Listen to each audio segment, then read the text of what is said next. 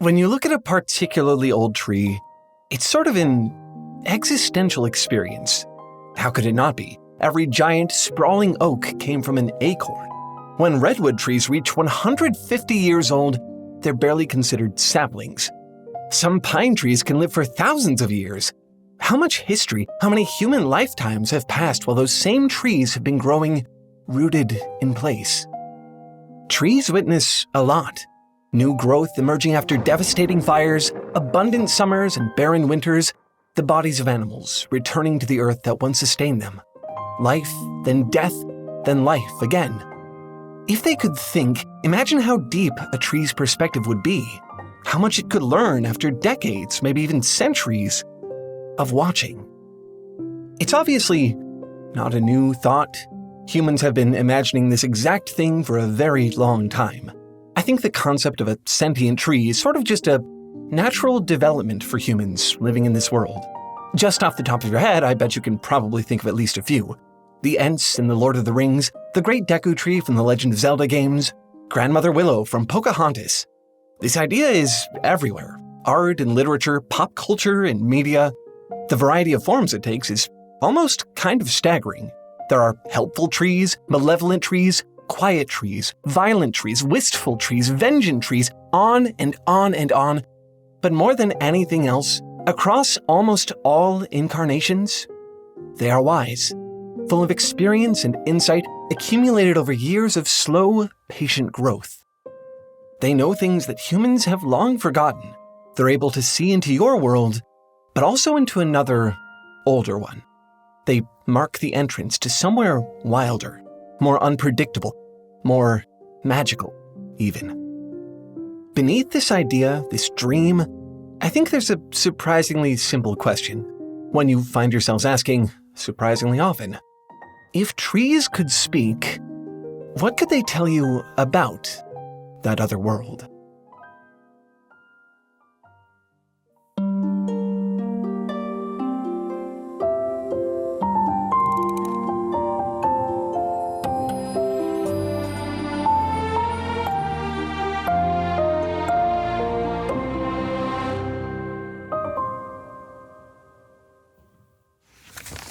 Really quick, before the video starts, I just want to tell you about Foundry behind the machines.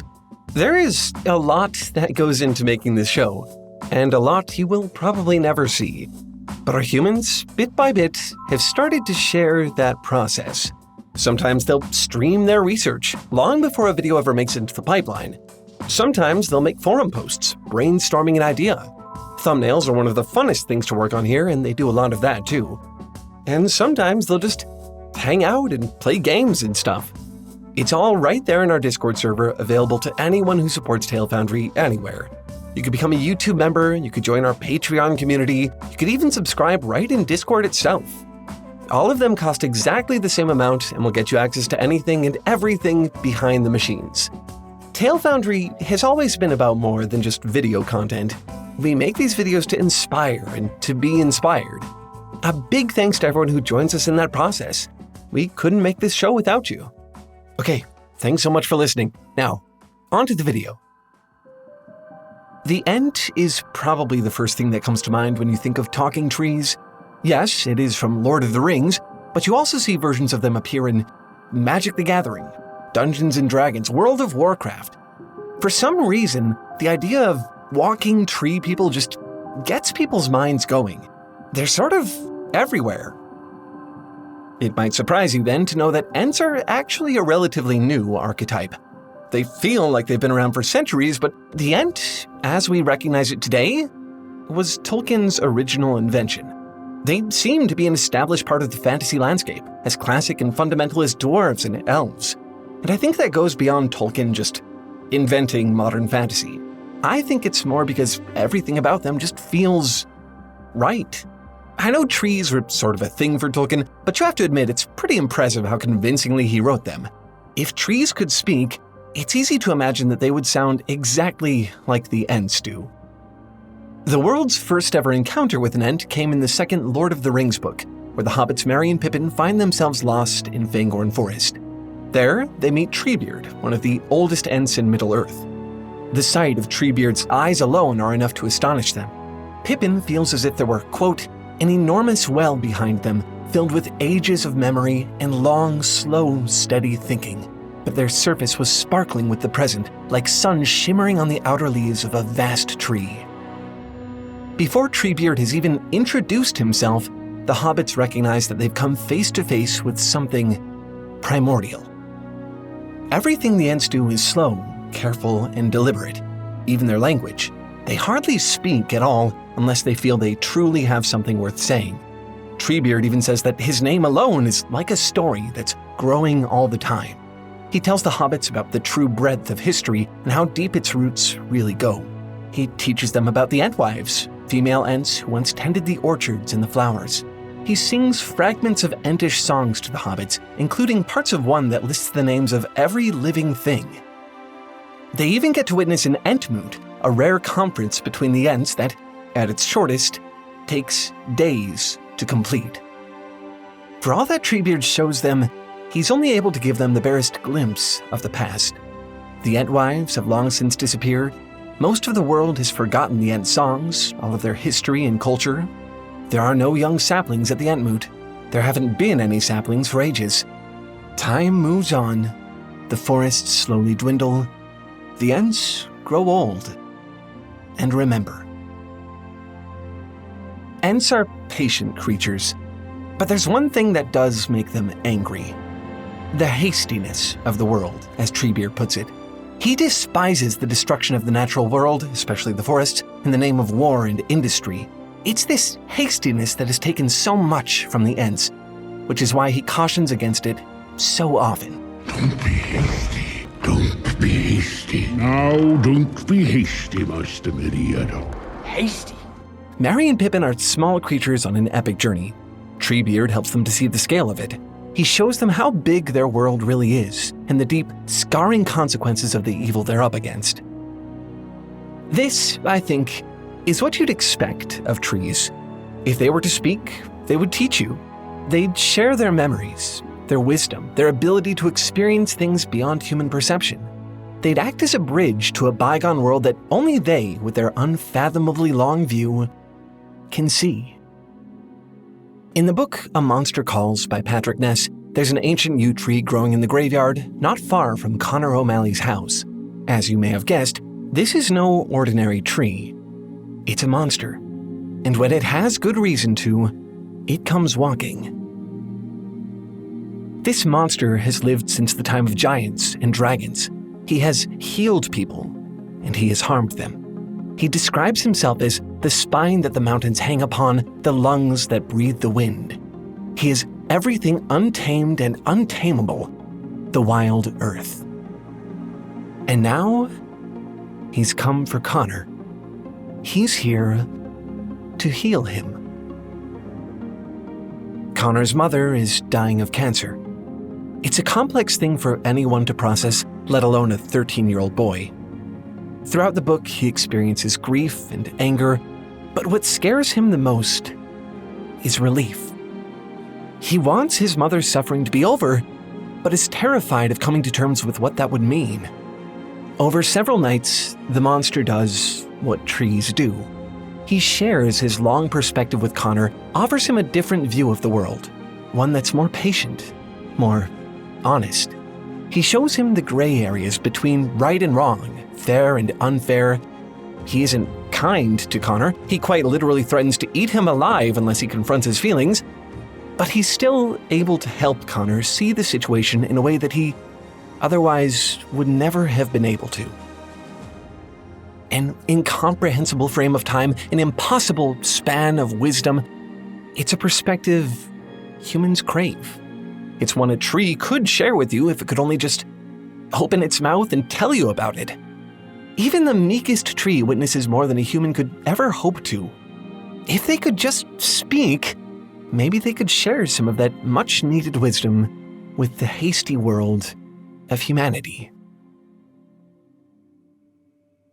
In Algernon Blackwood's The Willows, two men are navigating down the Danube River. They find the banks to be crowded with willow trees, so dense and so dark that the protagonist feels as though he's, quote, trespassed upon the borders of an alien world. This turns out to be more literal than he ever could have imagined. As the trees grow thicker around them, he begins to see things. Is that an otter floating in the river? Or a dead body? What is the source of that loud humming noise he keeps hearing? The further they go, the more threatening the trees seem to become. They're watching, waiting, listening. One sleepless night, the man stares in horror as the shapes in the trees begin to shift. They tower up to impossible heights, take on humanoid forms. Looking up at these great, godlike beings, it dawns on him that, quote, the standard of reality had changed. But these entities aren't quite gods, nor are they mere trees. There's something in between, something unknowable, and they don't tolerate trespassers. Somehow, it dawns on the men that the Willows are not going to let them leave, that they will require a human sacrifice and are going to take it if it is not freely given. It's only out of sheer luck in the end that the two are able to survive. They would have been forced to complete insanity, forced to drown themselves in the river, but at the very last minute, a stranger meets that exact fate before they can. Finally appeased, the trees waste no time claiming the body. The two men, their reality forever changed, are allowed to flee. Not all trees need to speak in order to seem intelligent. Not all trees need to walk to have some sense of presence. Some command fear or awe or respect without uttering so much as a word. This is actually what most of the sentient trees in Lord of the Rings are like. As Treebeard tells the hobbits, some trees become entish over time, but it can happen the opposite way too. Some ents grow silent and put down roots. They become tree-like. These are what Treebeard calls the horns, not fully tree, but not fully ent. And they tend to be far more sinister for it. The horns brood silently, withholding years' worth of anger and malice. They move with uncharacteristic speed beneath the dark canopy, protecting their realm with a fierceness almost unbecoming of a tree. Almost. Right at the start of their journey, the hobbits encounter a horn called Old Man Willow. He very nearly kills them before their quest even begins. Growing in the old forest, Old Man Willow marks their entrance into the unknown. The hobbits aren't in the Shire anymore. Now they've had their first taste of real danger. And it was a tree who gave it to them. Like their talking counterparts, these quieter trees represent a connection to another world, one that's old and unknowable. They inspire awe and reverence. And it's not just the malevolent ones. I think humans feel this whenever they look at any tree. A sort of undeniable presence. My Neighbor Totoro has the enormous camphor tree where the forest spirits make their home. James Cameron's Avatar has the Tree of Souls. Even in real life, people around the world and throughout history have given names to individual trees. They stand as landmarks, sacred sites of enlightenment, living monuments to history. These trees are more than just impressive. They're respected, worshipped. In reality, trees cannot speak. And yet, as we see in the willows and in the horns and any number of trees that never needed to utter a word to make themselves known, they still do teach, and you listen. Okay, but you do like to make trees speak. They can't in real life, so we have the fantasy. The trees in stories like Lord of the Rings or A Monster Calls offer compelling answers to questions about life and nature, your connections to the world and to each other. They feel true somehow. But trees aren't actually the ones giving those answers. Behind each of them is a person, an author, imagining what they might be thinking. If you want to know what the trees have to say, that's something you have to determine. The Lorax probably puts it best. I am the Lorax. I speak for the trees. I speak for the trees have no tongues. Bet you weren't expecting that one. But it's a great example of what I mean. In his famous environmental parable, the Lorax represents the perspective of the truffula trees. He's interested in the long-term benefits of sustainability, even if they may be difficult to see at first. The Lorax has that tree-like view of things, the ability to see far beyond the immediate future. Like a tree, he's deeply connected to the whole environment. He knows how every living thing depends on each other to survive and how to maintain that delicate balance. The Onceler, on the other hand, represents a more short-term perspective, that of humanity.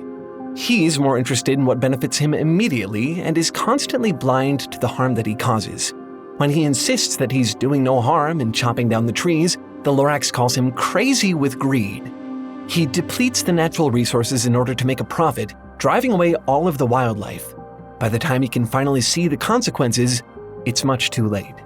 Without the trees, his business empire crashes around him. Now, with the environment completely uninhabitable, the Lorax leaves. The trees have nothing more to say. They've lost their voice.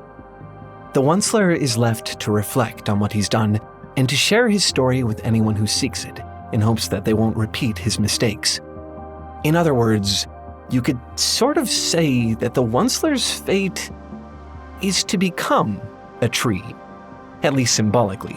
He grows old, rooted to his tower in the abandoned valley.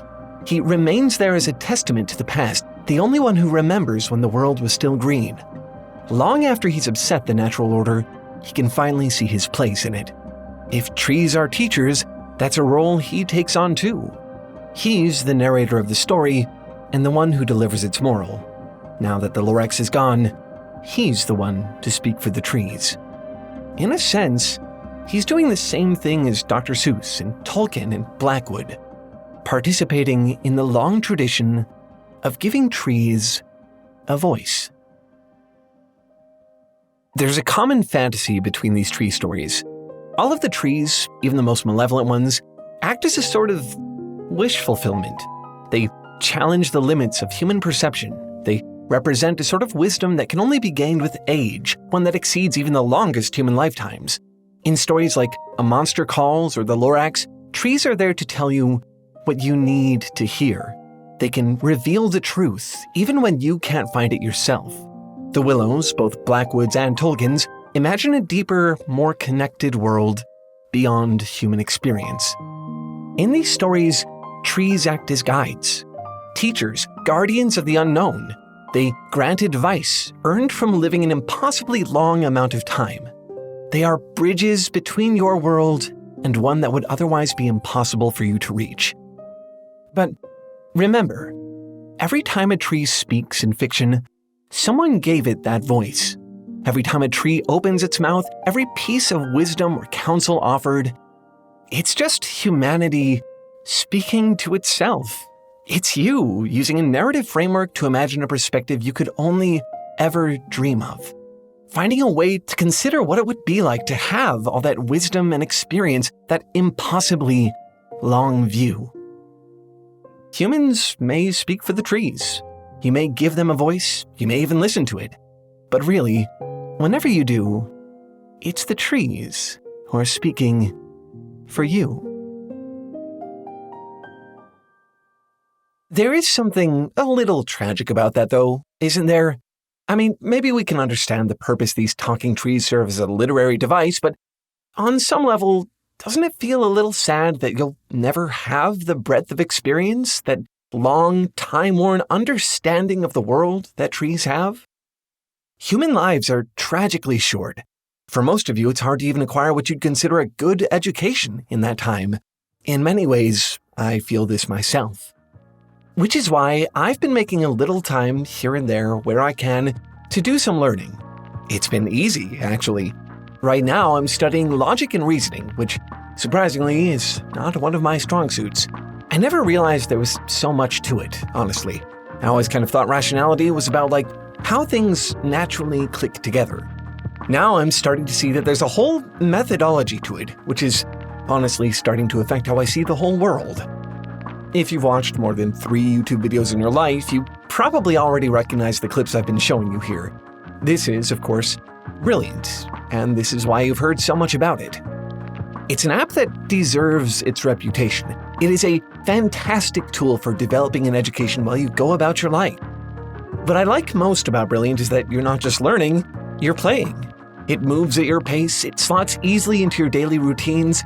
The way it's structured really helps you to learn things rather than just memorize them. This is not a pop quiz. It's an experience. To give it a try, visit brilliant.org/TaleFoundry or scan the QR code on screen.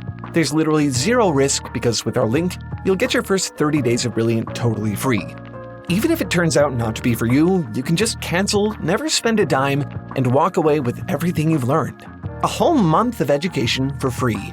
And if you want to keep going once you get started, that same link will net you 20% off an annual subscription. Again, that's brilliant.org/TaleFoundry for the first 30 days free and 20% off your subscription. Scan the QR code on screen or click the link in the description to get started. You might never have the vast knowledge and experience of a tree, but Brilliant can help you get a little bit closer to it. Anyway, that's all for this one. Thanks for watching and keep making stuff up. I'll see you next week. Bye!